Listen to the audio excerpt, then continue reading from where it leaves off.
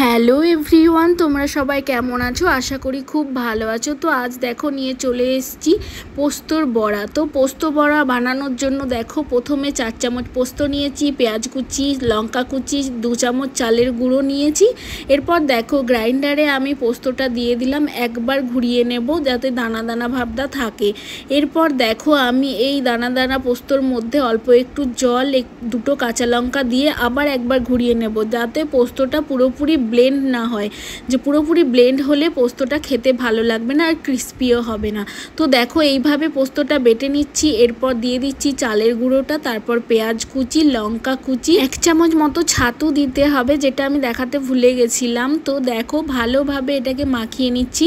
এরপর তোমরা যদি আমাদের মতো ঝাল ঝাল পছন্দ করো অবশ্যই লঙ্কা গুঁড়ো অ্যাড করবে আর সাথে স্বাদ মতো লবণ দিয়ে এটাকে ভালোভাবে মাখিয়ে নেবে। দেখো মাখানো হয়ে গেছে। এরপর কড়াইতে আমি সর্ষের তেল গরম করতে দিয়েছি।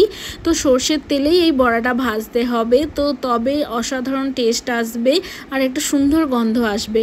তো দেখো আমি বড়াগুলোকে হাতে করে একটা একটা করে ভালোভাবে দিয়ে দিচ্ছি। হালকা আঁচে ভাজতে হবে, একটু সময় নিয়ে ভাজতে হবে, তবে এগুলো একটু সুন্দরভাবে ভাজা হবে আর ক্রিস্পি হবে। তো দেখো বড়াগুলো উল্টে নিচ্ছি। দেখো প্রায় আমার বড়া রেডি হয়ে গেছে। কথা দিচ্ছি এরমভাবে রেসিপিটা যদি তোমরা ট্রাই করো, 1 থালা ভাত তোমরা এই বড়া দিয়েই খেয়ে নিতে পারবে।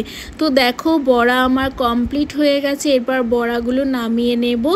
দেখো তোমরা এই রেসিপিটা কেমন লাগলো অবশ্যই তোমরা বলবে। আর বাঙালিদের সবথেকে প্রিয় জিনিস, সবেতেই পোস্ত খেতে বাঙালিরা খুব ভালোবাসে। তো এই পোস্ত বড়াটা একটা খুব সুন্দর রেসিপি। তো তোমরা এটা ট্রাই করতে পারো। যদি তোমাদের এই রেসিপিটা ভালো লেগে থাকে অবশ্যই আমাকে কমেন্ট বক্সে জানাবে আর তোমরা ট্রাই করবে। আর যদি ভিডিওটা ভালো লেগে থাকে অবশ্যই একটা লাইক আর সাবস্ক্রাইব করে দেবে।